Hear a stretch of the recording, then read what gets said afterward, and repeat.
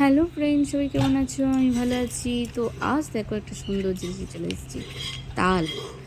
তো ভাদ্র মাস আসার আগেই, জন্মাষ্টমী আসার অনেক আগেই বাড়িতে আমাদের তাল চলে এলো। তো এই দুটো ছোট ছোট তাল নিয়ে এসেছি। তাল দুটোকে কি করব, অনেকক্ষণ ধরে নেড়ে চেড়ে দেখছি।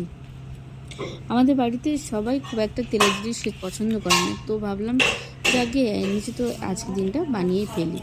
তো দেখো, তালটাকে এরকম ছুলে নিয়ে ভালো করে তার কাইটা বের করে নিয়েছি, ছেঁকে পরিষ্কার করে নিচ্ছি।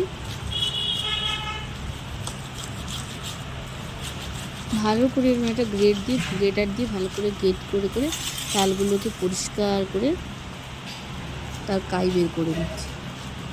এরপর একটা কাপড়ের সাহায্যে ছেঁকে নেবো যাতে কচিগুলো বেরিয়ে যায়। তো দেখো, এখানে নিয়ে নিচ্ছি আমি আটা। ময়দা দিলে আমাদের কেউ খাবে না, তো আটা, তার সাথে সাথে নারকেলের কুড়ো, সুজি আর বাতাসা দেবো।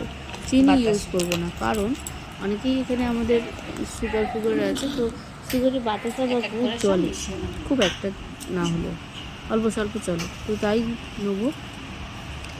তো চলো ব্যাটারটা এবার তৈরি করে নিই। দিয়ে দিলাম সুজি, পরিমাণ মতন দেব।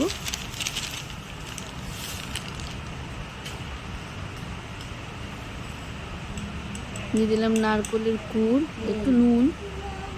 নুন না দিলে যে কোনো জিনিসেরই স্বাদ আসে না।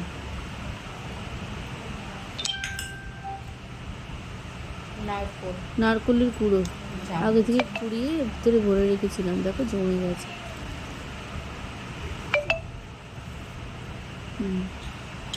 এবার আমি আটাটাকেও দিয়ে দেবো, মিক্স করে নেব।